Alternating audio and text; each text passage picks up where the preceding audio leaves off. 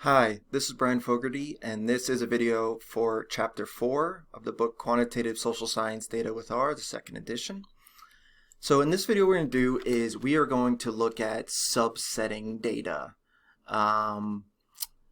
This is very common when we have a data set that's really big with tons of variables, which often happens when we're using secondary data. We have some sort of data source, we didn't create it. The file is enormous, but we're only interested in a handful of variables, but there's tons of them in there. So sometimes what we want to do is make a smaller version. A lot of times make a smaller version and save it or write it so that we can deal with the smaller version, not the huge, ginormous version. All right, so we're going to use tidyverse for this. We're going to use a function called select. It's super, super, super easy. So let's take a look at it. Okay, I'm gonna create my code chunk here. All right, in the R Markdown document, and right, this is from before. This one I'm just gonna clear it with that little broom there. All right, so we have the CSV data, and let's create a smaller version, or a super small version. And this super small version, let's save it as an object.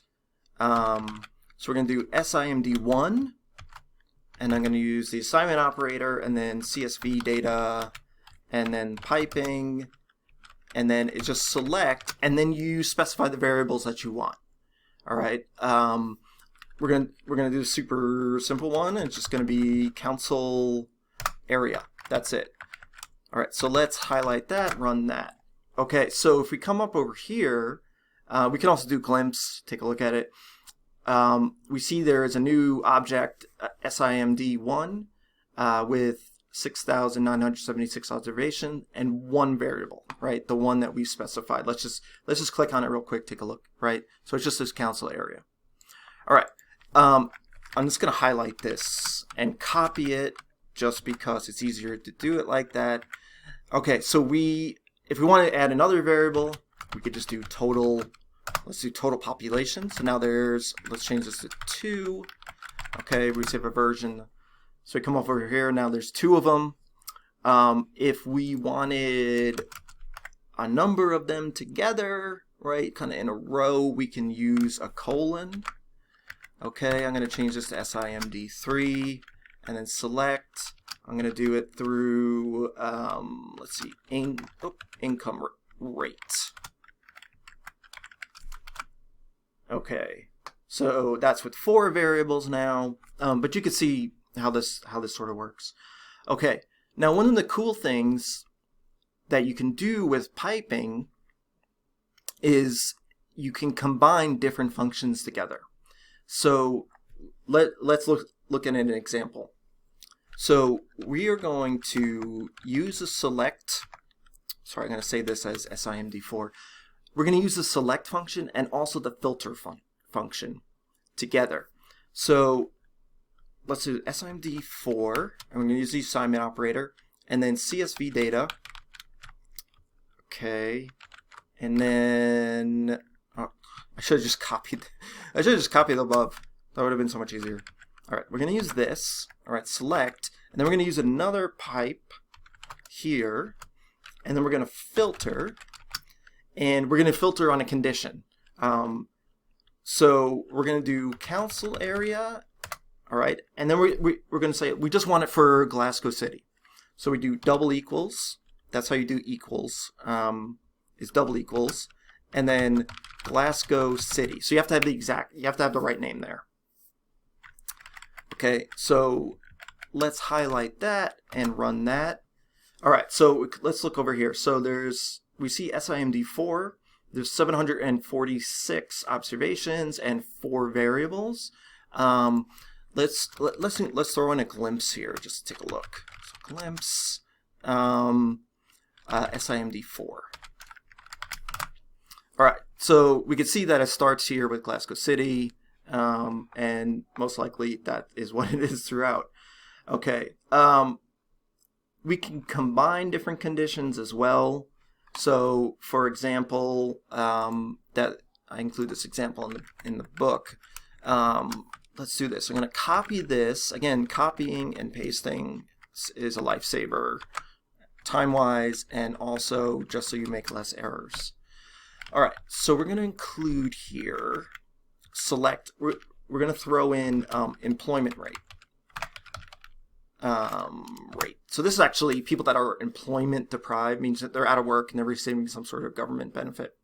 Okay, so we have an employment rate added to the variables we want. And then in the filter, what we're going to do is we're going to include a second condition. So we're going to do Glasgow City, and then we're going to do and, using the ampersand, employment rate, all right, is greater than or equal to 0.25. So this is actually a percentage that has not been converted. So we're asking it to just save or just subset filter, right, for data zones where the employment rate is 25% or greater. Okay, so let's highlight that and run that. So we see now that there's 113 observations. So including that condition, cut that. I mean, so there's several combinations of this that we'll use and look at. Another one that is often used is instead of and, because that's like, so we need this and this. Another option that we often use is or, and that is just the sort of straight vertical line here. So if you run that, it should be bigger, much bigger, right? So there's 926. So what that did is included all the data zones that are Glasgow City or have an employment rate of 25% or 0.25 equal to or greater than that. So some of those are in, right, 113 or whatever it was. Yeah, 113 were in Glasgow City, but they're also in other places. Let's just take a quick look using glimpse here. Okay.